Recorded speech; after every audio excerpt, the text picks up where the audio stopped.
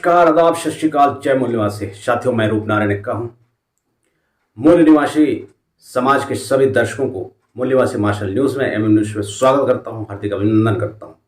साथियों, हाजिर हूँ आप लोगों के बीच में बेहद खास मुद्दे को चर्चा करने के लिए, और वीडियो में बने रहिए। वीडियो को देखने के बाद में दूध का दूध और पानी का पानी हो जाएगा। तो साथियों, चर्चा को शुरू करते हैं। बात है साथियों 14 नवंबर को। भारत देश में ये जो तारीख है, ये जो दिन है, बहुत ही फेमस है। बहुत ही लोगों को ये दिन पता है कि पंडित जवाहरलाल नेहरू की जो जयंती है वो बाल दिवस के रूप में मनाया जाता है। और ऐसा कहा जाता है कि चाचा जी बच्चों से बहुत प्यार करते थे, यानी कि चाचा जी भतीजों से बहुत ज़्यादा प्यार करते थे।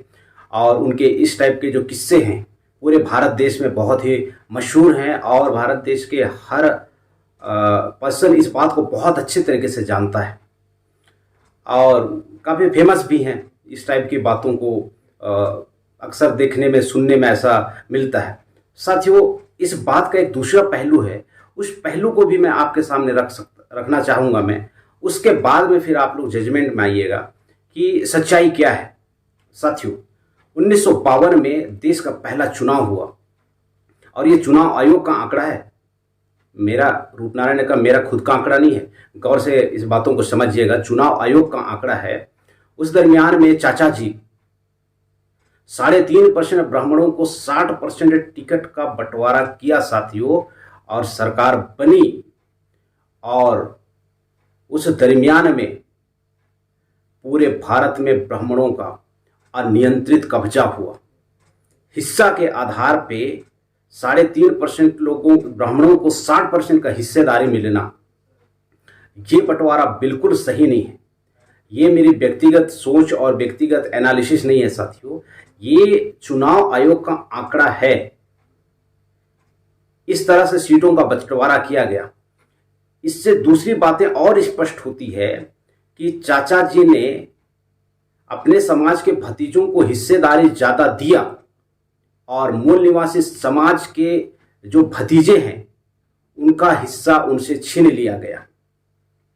समस्त दर्शकों को मैं ये बताना चाहता हूं, आप लोग जिस भी जगह में रहते हैं साथियों, आप लोगों को अच्छे से पता है कि अगर बंटवारा बराबर बराबर की हिस्सेदारी की नहीं होती है तो वो जो माहौल है, वो जो मुद्दा है, बेहद गरमाया हुआ मुद्दा रहता है।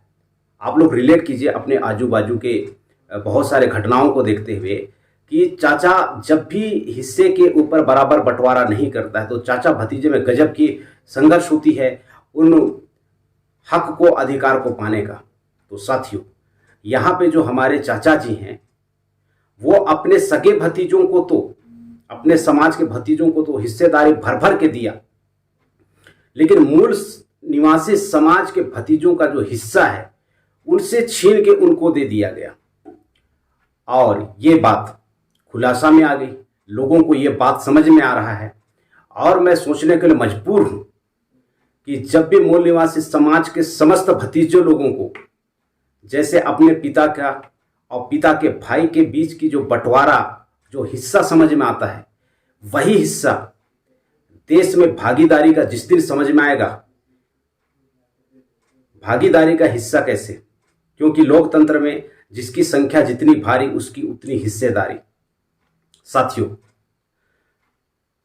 जो 85% मूल निवासी समाज है उनको आज तक कार्यपालिका में, विधायिका में, जुडिशरी में, मीडिया में बराबर का हिस्सेदारी कभी नहीं मिला। साथियों, जिस दिन ये मूल निवासी समाज इस हक को अपने सगे चाचे की तरह की हक समझ ले,